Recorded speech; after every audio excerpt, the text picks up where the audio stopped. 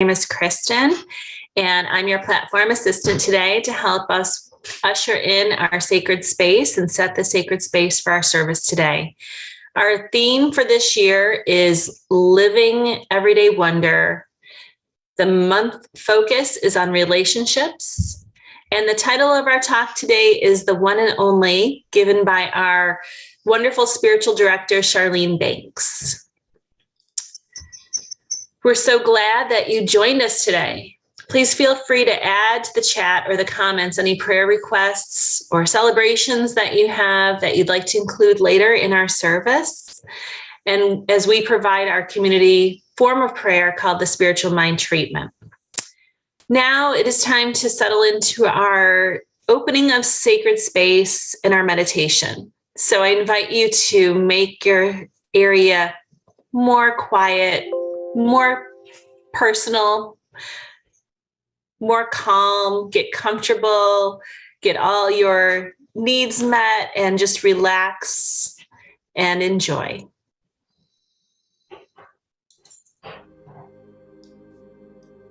Please join us as we create our sacred space. We set our intentions of deepening into our awareness and practice of our 5 pillars of spiritual living by lighting this candle in our virtual world. Our first pillar is sacred study, represented by the divine quality of truth. We use this pillar to recognize the importance of an open mind and the power of our minds. The second pillar is affirmative prayer, represented by the divine quality power. This pillar honors the power of prayer in our daily lives. Our third pillar is meditation and the divine quality of peace. This pillar reminds us of the importance of meditation and the peace we feel when we quiet our minds. The fourth pillar is circulation and the divine quality of life. We know that the great law of circulation works in our lives. As we give, so shall we receive. And the fifth pillar is sacred service and the divine quality of love. This pillar affirms our call to be a service to our world as we see through the eyes of love. Let us close our eyes as we bless this sacred space and our time together. As we weave each of these pillars of spiritual living into our service today, may they deepen our own spiritual practices of study, prayer, meditation, circulation, and service, expanding our minds and our hearts to the 5 divine qualities of truth, power, peace, life, and love. We also bless everyone who made our service possible today and everyone in attendance. May the energy of love that is generated here bless everyone abundantly, and so it is. Yes, and so it is indeed. Thank you, Kristen, for opening up sacred space. And I just invite everybody here to just take a moment and just be absolutely grateful that we opened our eyes this morning. We found some way to get it together, to get here for service. And it's so important that we just give gratitude and give thanks for just being able to see and feel and touch the divine. So in this moment, I would like us to just settle in and just touch that divine, which is inside each and every one of us as we listen to the chimes. I invite you to take a nice deep breath and close your eyes if you feel comfortable.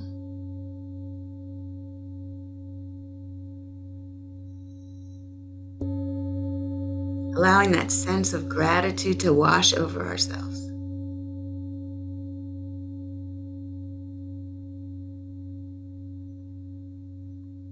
Everything that led up to this very moment was ordained by the innermost. Right.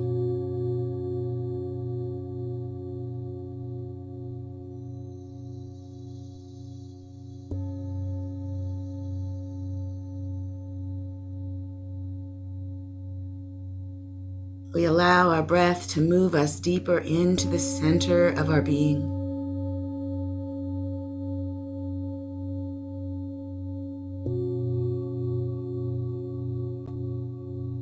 We listen with our inner ear.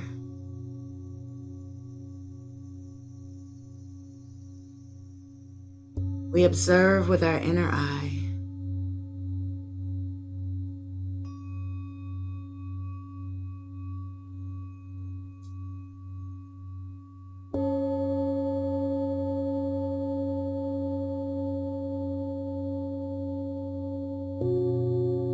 What is coming up today? What is coming up right now inside the silence?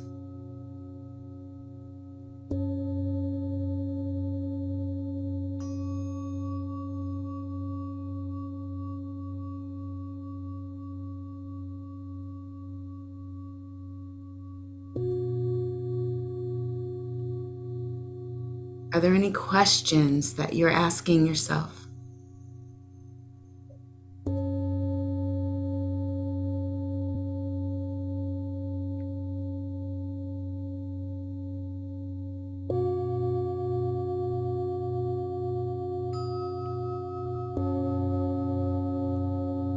Is there an answer right behind that question?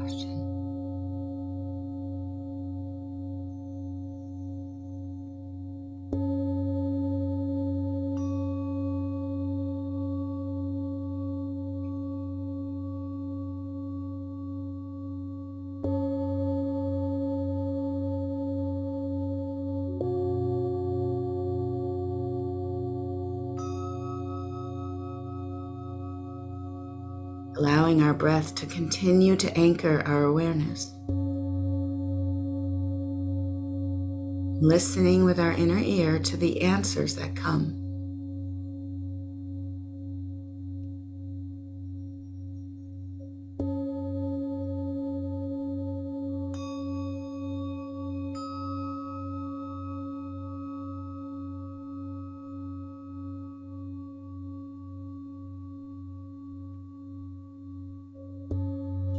Inside, the still small voice in each of us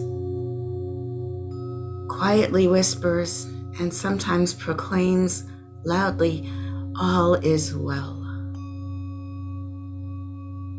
All is well."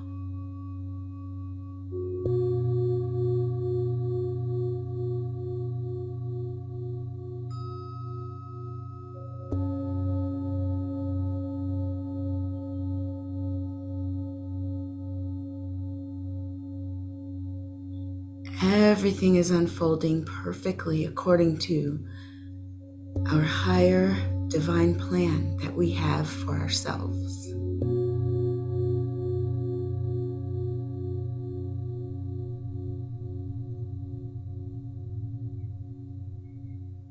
Our higher divine plan that we have for ourselves.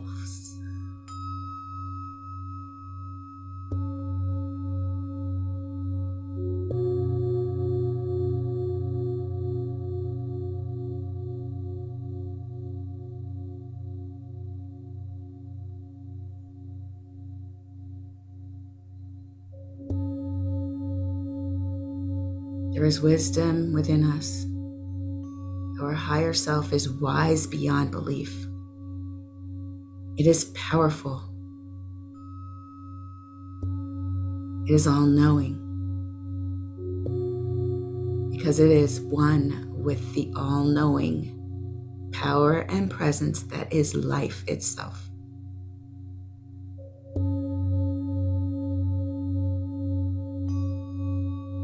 When we think and we breathe and we move and we are aware of this higher reality,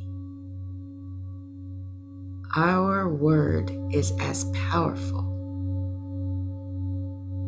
as the word of the divine itself.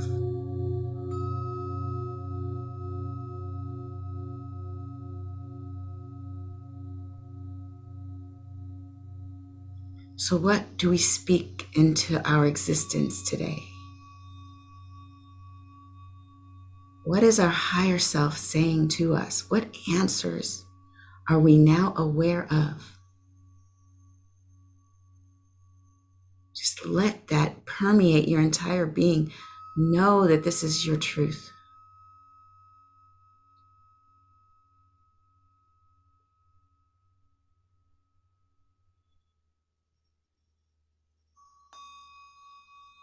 Rest in the knowingness.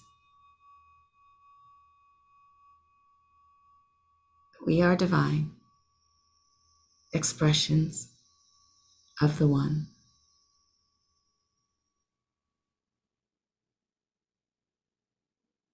And any time we need to return to this space of inner awareness, we simply close our eyes and just take a beat. It is right here. It is nearer than our neck vein. It's closer to us than our hands and feet. This divine presence is always, always right here. And so we take a nice cleansing breath as we call our attention back into the body, feeling our fingers and feeling our toes. Feel the floor pushing against the feet. And with gratitude, gently opening our eyes and saying, "Thank you, life, for showing up as me. It is good."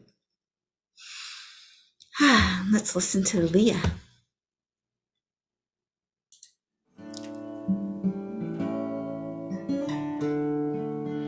I want to know you. Everyone knows you're the one with a smile. I want to grow to show you that I can smile too. And although some fear you, I'm going to run to be right where you are. And one day I'll be so close, I'll reach out and touch them all. 'Cause the truth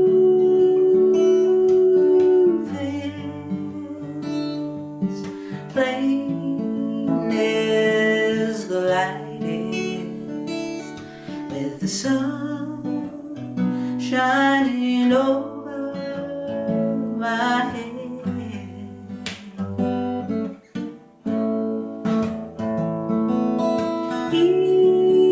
Each warm hand, every embrace says love is all there is.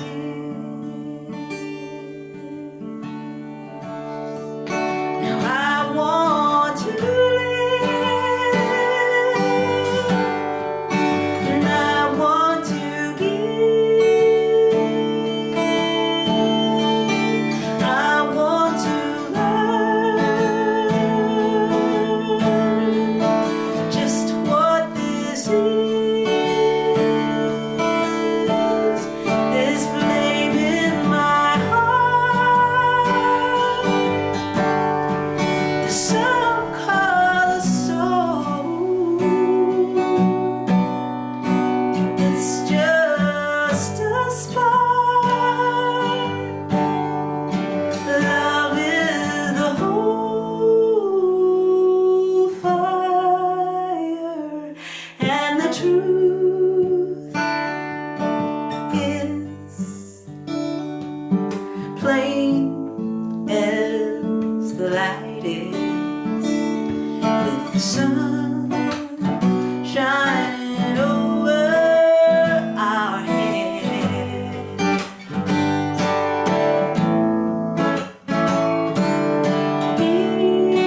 Each kind word and every embrace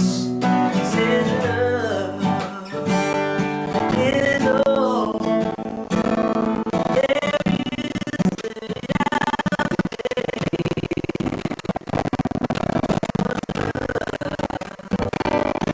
is, all there is. Now's the time to begin to see that love is all there is.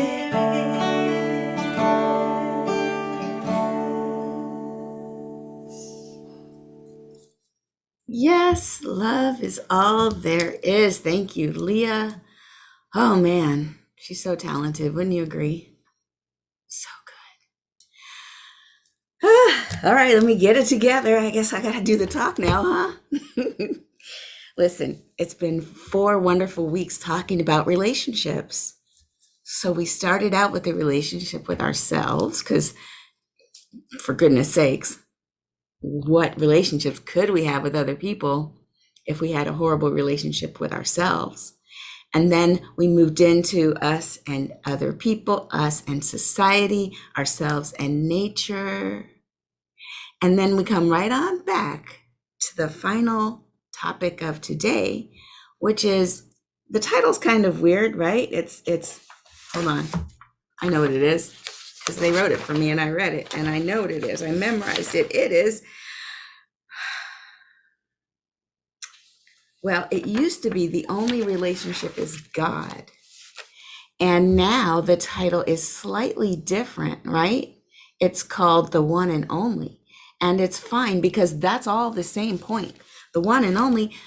The point is, where we started, the relationship with ourselves, and where we end, the only relationship really is with God. Because if you think about it, if God is all there is, okay, if the universal, intelligent life force is all that is, then we, I, you, everyone else is also that.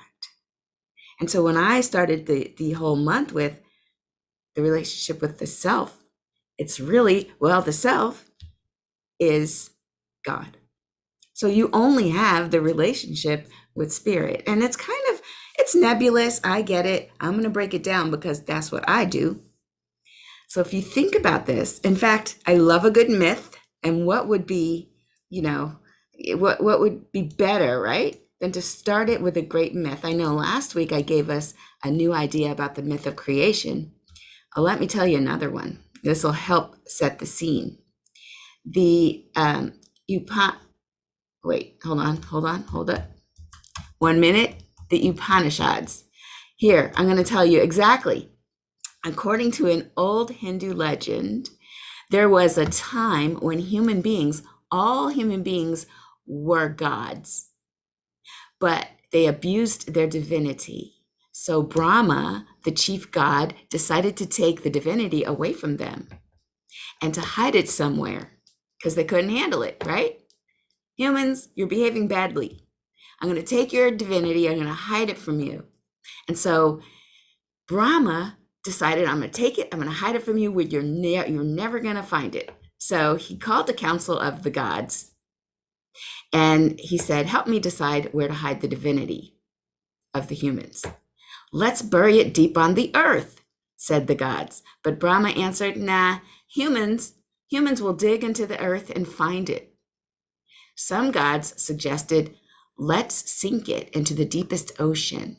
But Brahma said, no. Humans will learn to dive into the ocean and they will find it. Then some gods suggested, let's take it to the top of the highest mountain and hide it there. And Brahma said, humans will eventually climb every mountain and take up their divinity. Then all the gods gave up and said, we don't know where to hide it, because it seems that there's no place on earth or ocean that human beings will not eventually reach. Brahma thought about it for a long time and said, we will hide their divinity deep into the center of their own being. Humans will search for it here and there and outside, but they won't look for the divinity inside their true selves. All the gods were like, yeah, that's a great idea. They all agreed that this was the perfect hiding place. and the deed was done. And since then, humans have been going up and down the earth, digging and diving, climbing and exploring, searching for something which already lies within themselves. Love that story. It reminds me of a friend of mine. I was in I teach for Learning Tree, travel all around. And I don't travel so much anymore, but I was in the break room, and I'll never forget this conversation I had with a very accomplished instructor, bright guy, intelligent beyond belief, had lots of money, and had done everything. I told you about him before. He's the one that used to date the Russian models, and the models would always check the reflection in the mirror, and they would never feel that like they were good enough. He's the one that told me about that. So this same guy, his had planes and boats and flew everywhere, been everywhere, has done everything. And he was just sitting at lunch at the lunch table looking kind of frustrated. I was like, so what's up? What's the matter? What's going on with you? As I sat down next to him. He just says, there's nothing else to do. I mean, I've done all the things. I've been everywhere, done everything, bought all everything. I've done it all. And everything is now lackluster. There's no excitement in life anymore. And so he doesn't really believe in the spiritual stuff. He thinks it's all BS. I mention stuff, he goes, BS. And he says the whole word, BS. And I was just like, so I realized I couldn't really say too much to change him. It's not my job to change him. I did just say, well, maybe it's time to be a blessing and do acts of service for other people. Maybe. I've heard that might help. And that's all I could really say that wouldn't fire up his BS engine. And I felt like that was good enough. But now that I see this little story from the Brahmins, I say, yeah, what we are looking for when we climb every mountain and jump out of every plane and dive deeply into the ocean and buy the yachts, what we're really looking for is ourselves, our divinity, the truth about ourselves that we've lost. And we can talk about how we lost it, because last week we told the story. I was reiterating to you the story of Adam and Eve in the garden and how they fell from favor and therefore were cursed with things. But it's really the story of we forgot who we are. And I don't know about you, but there seem to be a lot of analogies for why we forgot who we are. But our teaching, Ernest Holmes, The Science of Mind, and all the New Thought teachers, what they're teaching us is how to come back home and find it within ourselves.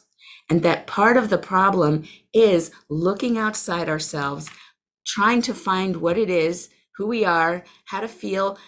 We want that power. We know we need it.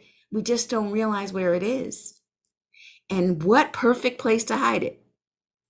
Inside ourselves. It's the last place anybody looks. And before you say, no, when you hit rock bottom, you have to look outside yourself, because it's the stinking thinking that got you sick in the first place. But 12 steps helps you realize that there's a power greater than yourself. And so those two sound like they're opposites. I'm saying, look within yourself, there it is. And someone else might be saying, wait a second, I thought we were supposed to look to a higher power. Well, the reason we're saying the same thing is because the higher power is within ourselves. It's within ourselves, but it's not in the ego. It's not in let me tell you where the ego will take you. And I'm sure you've read the books and listened to the teachers and taken the classes. So I'll be brief. The ego is the sense of self that we get and that we grow when we become part of a community. It starts in the crib, and it comes up through the toddler years and the little classrooms, and we're taught how to behave properly. And then as adolescence comes in, we forget about our parents because we're trying to impress our friends.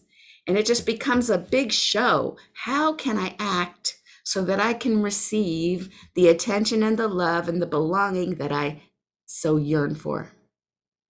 How can I act so I could get the love? It's very conditional, isn't it? And we've experienced conditional, right? You and I have both been punished by those parents. And they say, well, I'm not punishing you. It's the rules. It's the rules that's punishing you. You broke the rules. There are consequences. And you go, yeah, you're right. You're right. And you go up to your room and whatever the punishment is.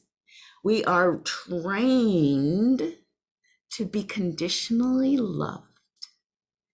And isn't that exactly what we're told? The Bible's full of a conditionally loving God. So we can have an idea who wrote that. Conditionally loving humans.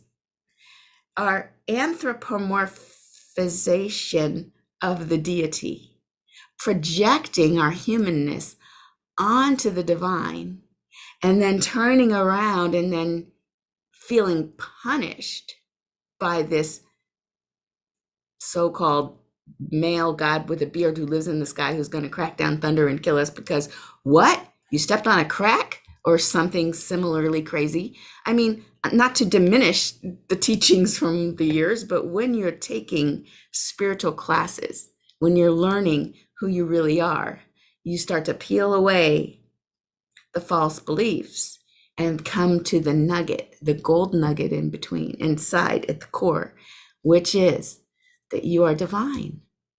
You are made out of the stuff that we talked about last week, the stardust, and who imbued, what energy imbued this life upon you, that same divine energy, the divine intelligence that crafted you, that lives within you and will never leave you.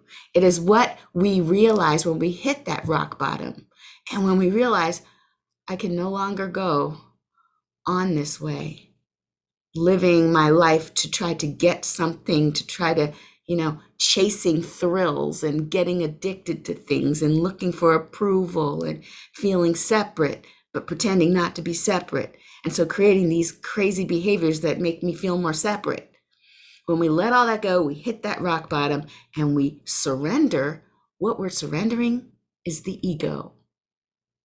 And we're letting go of that so that we could let God or the divine or the universal spiritual love intelligence that crafted all life, we're letting that have its way with us. And we listen. And we listen and we listen. We ask questions and those answers are revealed. They're either revealed in the moment that we have the question or immediately thereafter. We look around us. We look and see that there are no coincidences. Everything is unfolding perfectly if we only paid attention. We're looking with different eyes because we see that the divine is in everything. It's not just in us. That would be the height of hubris if we thought, okay, I'm divine, you're not. Now I'm going to do things to you. No, if we realize that we are divine, the only conclusion we can come to is, and so are you. I'm divine, and so are you. We begin to look at the world a little differently. Instead of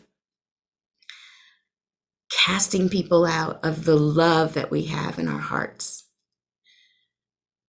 creating otherness and prejudice and oppression.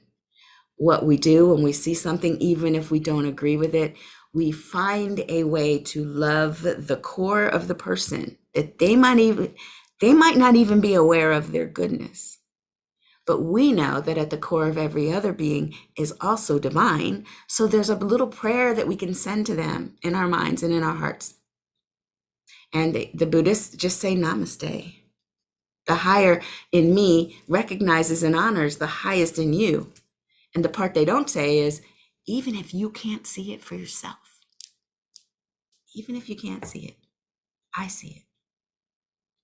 And oh, that energy is so different. I can already feel it happening to me just as I talk about it. It's nuts how all you have to do is put your attention on the thing and it will become your experience. Because we are always just experiencing spirit. It's the only thing that we really experience. I know you thought that you were on a roller coaster. No, you were experiencing yourself, your higher self, and your ego self are on the roller coaster experiencing itself. How else can you explain it? One person is having a great time, the other person is terrified, crying and cursing out the person who made them get on that ride. How else can you explain it? It's crazy. I was talking to some police officers who were giving a demonstration about how one scenario, be it a car accident or a thief running in and grabbing a bag and running out, one objective situation can be filmed with a camera. And each subject who watched the situation unfold has an entirely different experience. How? How is that? We don't experience things. We experience ourselves as we're placed in different circumstances. We always experience ourselves. And so there are people who we want to hear the inner voice. So we practice the presence. We want to hear it because we know there's an inner voice. But you know what drowns out the inner voice? Well, you already guessed it. There's social media, lots and lots of reasons to doom scroll. There's ongoing cable network news. There's ongoing people who just blah, blah, blah in your ear. And it's very interesting. The ego just loves it. It wants to feel better than some people, and it wants to feel not so good as other people, because it keeps us in a drama, in a tug of war, and it keeps us very tuned in to all the surface things. It keeps us busy until we're sleepy. And then we sleep. We might have dreams. We might remember them. We might not. And we wake up and we do it all again, rinse and repeat. And we're in a cycle of busyness. But I ask you, where are you going? Where are you going? Without that inner voice that is dying to speak with us, and it's, sometimes it gets louder by creating situations that force us to sit down and hush. Could it be a sickness that we somehow create? Our higher self could create something, and I'm not going to blame every person who's ever gotten sick. Oh, your higher self must be smacking you to sit down and hush. No, I'm just saying that certain situations, coincidence or not, could give us a reason to sit down and listen. And I don't really care how we got there, but as long as we end up sitting down and listening. Because that inner voice, that inner being, it's our inner presence of the divine. It never left us, even though it feels like it sometimes. It hasn't left us. And how about this idea? Every person in your life is an aspect of your higher self, an aspect of yourself. So instead of dismissing people, like, of course, I'm back in the cafeteria or in the lunchroom with my friend, and I was so careful what I said to him so that he didn't just dismiss me. I wanted to get in there and at least just plant a seed. I mean, again, it's not my job to save people, but if I notice something, I'm going to say something. I'm a friend after all. But the thing is, if everybody is an aspect of myself, I'm also so gentle and compassionate to notice what is it about him that's also an aspect of me. Like, am I also so focused on my external getting and experiencing and, all of the feelings I want to go, what did I call it? At some time I said I was looking for stimulation outside, just outside stimulation. And how much of that is me? When I look at him, I cannot just say, that's him, he's other, he's stuck, he's broken, sucks to be you. No, that doesn't even help. Every single person that I look upon, that's an aspect of myself. Because remember, I'm not experiencing that person as they are. I'm experiencing that person as I am. Okay, I'll say it again. I'm not experiencing that person as that person truly is. I'm experiencing that person as I am. I'll expand it. Every time you experience anything, you're not experiencing it as the thing really is. Because if you were, every person in the video that the policemen were showing us on that demonstration, every person, every subject that witnessed that thing would have the same exact story. But no one experiences things as they are, as the things are. Everyone experiences things as the individual is, subjectively. This is why it's really tough, really, really tough to get irrefutable evidence for psychic phenomena. I'm doing a class, as you know, and it's on psi research and how scientific studies we've been doing scientific studies for years into the psi, the sixth sense, the anomalous events that occur, be it anything anomalous, be it after a past life experience or a near-death experience, or you're reading someone's mind, or you had a dream and predicted the future, or your dog knows exactly when you're gonna come home. Before you know you're gonna come home, it walks to the door and says, she's about to be here. Seconds before you decide, I should go home. What is that? So that's really exciting class because I get to study all this phenomena. And it's nuts because what we find is that the subjectivity of it, the fact that we experience things as we are, it makes for a messy experiment. Because those who redo the experiments, you get somebody who writes a paper and they publish it in a peer-reviewed study with all the metrics and all the things they tested, and you get someone else whose job is to review it and recreate the experiment. They'll do the same experiment, but if they bring into it a mental doubt, a skepticism, this is a bunch of BS, right? It's not going to come out the same way.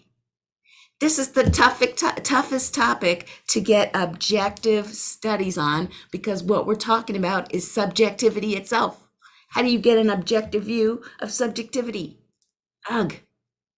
But that's where we're going with this. That's where all of this lies, you guys. It's why we come to these communities, these spiritual communities. And we're like-minded, but we're not clones of each other. I'm going to see Ernest Holmes' writings and I'm going to feel a certain way and talk about it a certain way. And you're going to read those same writings and you're going to be like, well, here's what I see. And then we're all going to talk about it. And then what's going to happen is something new emerges from that. This is evolution, my friends. We evolve, always upward, always more, never less. Where we're going, who knows, but it's great. It's an awesome direction. And the nicest part about it is that even though we're individualizations of the one spirit, of the one life, of this divine presence, we're individualized, but our take on it, what I bring to it, it just enriches the whole. And what you bring to it enriches the whole. Every one of us, I told you last week, we're here to do something.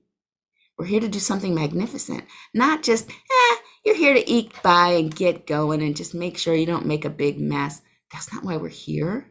We're here to change the world. I'm here to change the world, and so are you. So if we think and we know and we have a feeling that we've got something special, we're individualizations of the one, we get to put our special flavor on it, and we make everything better, why would we not? Why would we ever not? So we go into spiritual mind treatment. We practice the meditation, the affirmations to keep our subjective view higher, aware of our oneness, and putting good things into the world because we are making it a better place. One prayer, one thought, one affirmation, one smile, one kind gesture to a stranger at a time. We're doing it together. So let's go into prayer. We're already out of time. It's crazy how that works. Let me check the chat to see if there's any prayer requests. I do know that I want to make a special acknowledgement of Tamara's dear mother, Janet, who made her transition on Wednesday. Was it, Tamara? This is her beautiful face, Janet A. Bolig, in loving memory of her. She's beautiful mom of Tamara, wonderful. Tamara, did you want to say a few words on the just open your mic and say whatever you'd like about your mom? If not, that's fine. I can't really see your face. Yeah, go ahead. I just think it's interesting that we know there's no coincidences, and the theme for this month is relationships. And there were so many moments of beautiful healing.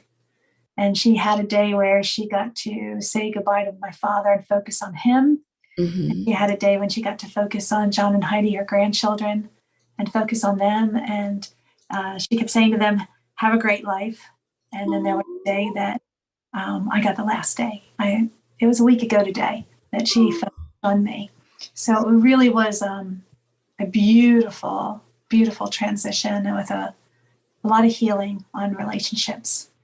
Wow, that's so beautiful. We were holding you in prayer the entire time. I know you must have felt it. Absolutely. Every step of the way. Yes.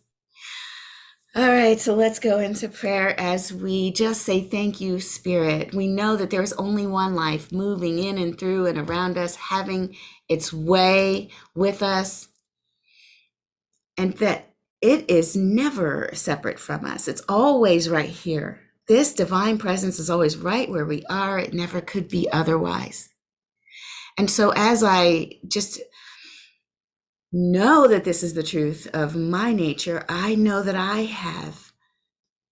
I speak with the authority and with the power that is imbued by this Spirit, imbued in me by the presence of the divine. So with this awareness, my authority, my word is as powerful. And so in this knowingness, I speak my word for Peggy in the ICU, that God is right there, that the healing presence is right there, making itself known in the way that is the highest healing for all involved.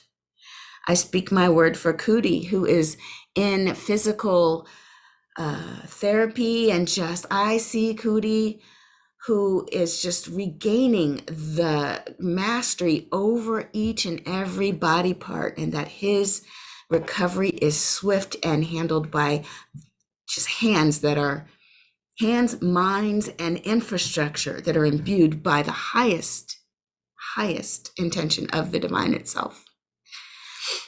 And I speak my word for all others. It is Elaine's birthday. Happy birthday to Elaine, and continuing prayers for Avery.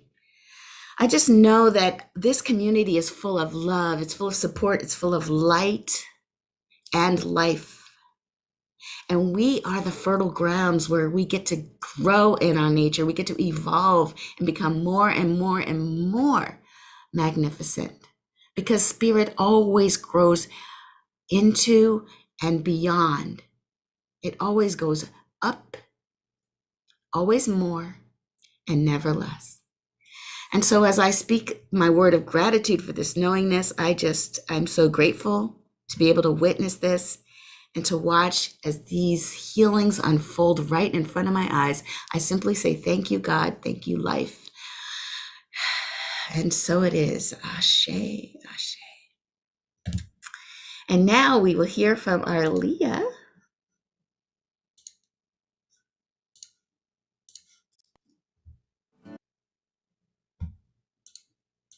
This is one of my favorite songs from one of my favorite composers. It's a Peter Mayer song called All the World is One.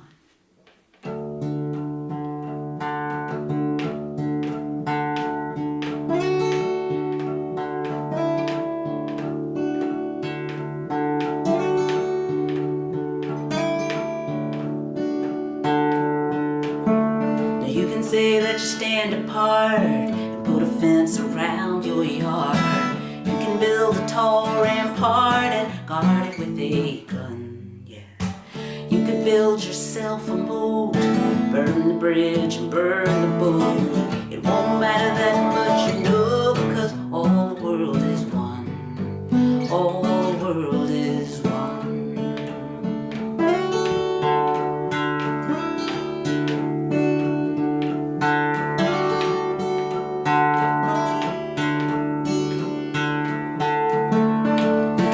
In a big parade every Independence Day. You can wave up your own flag and spin your own anthem. It'll ring out in the air with all the other anthems there until the winds of the earth declare that all the world is one. Oh, all the world is one. Oh, ask the Buddha when she's sitting under a tree. Oh, ask Walt Whitman when he's urban night at the sea. Ask Alan Shepard when he's staring up at the moon, staring on that pearl blue.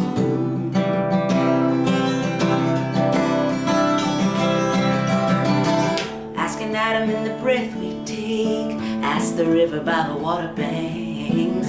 Ask a strand of DNA that's written in our blood. There's one life running through all veins, one life from one big bang. Yeah, we can try to separate it, but all the world is one. Oh, all the world is one. Go ask the Buddha when he's sitting under the tree. Ask Annie Diller when she's up on Tinker Creek.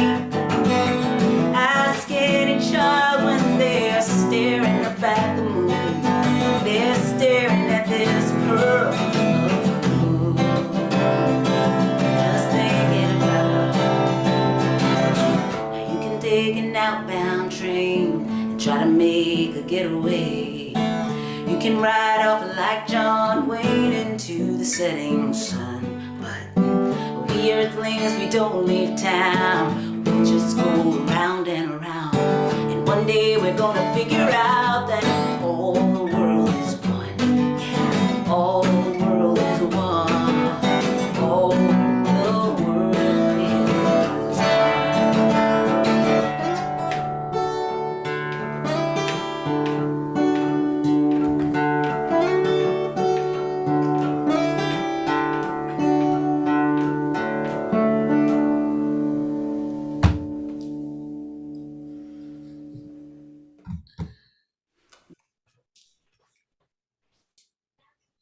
Now is the time to bless the donations that are shared at CSL. Leesburg will believe in the law of circulation.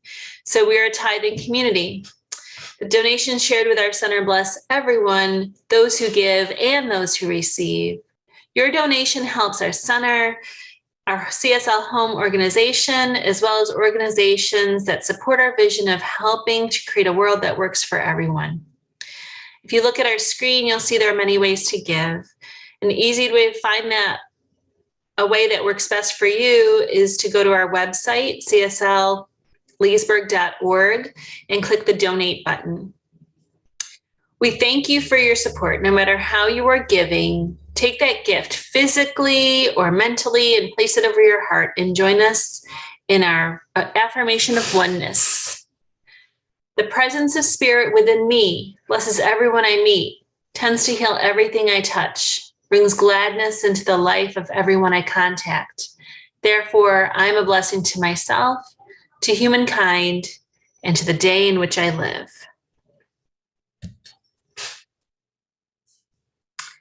And for announcements, we have Tuesday morning dream study.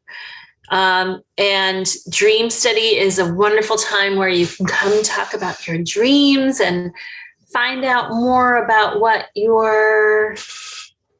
what's going on with you. And on Wednesdays in July, we have a 7 p.m. meeting with CSL Leesburg practitioners where we explore different topics. We sometimes talk about the service and other topics. And you can see that schedule for July. As we move into August, there'll be new topics. And as we end the sacred time together, let us once again place your hand over your heart and say, I am love. Now point someone near you, or looking at somebody near you, or seeing someone on the screen, or a picture of somebody. Say, you are love. You are You love. are love. And now put your hand up into the air for some love sprinkles and say, it's all love. It's all love. It's all love. And if you can stay for a few more minutes, you can join us now as we come off of our live stream and we go into our Zoom room for a continued chat in our little happy hour. So coffee hour, I guess you would say, not happy hour. It could be happy coffee hour. So if you're in, we'd love to have you stay, introduce yourself and visit. And if you leave and you have to leave, we know that you're going to have a day filled with joy and blessed. Thank you for joining us for today.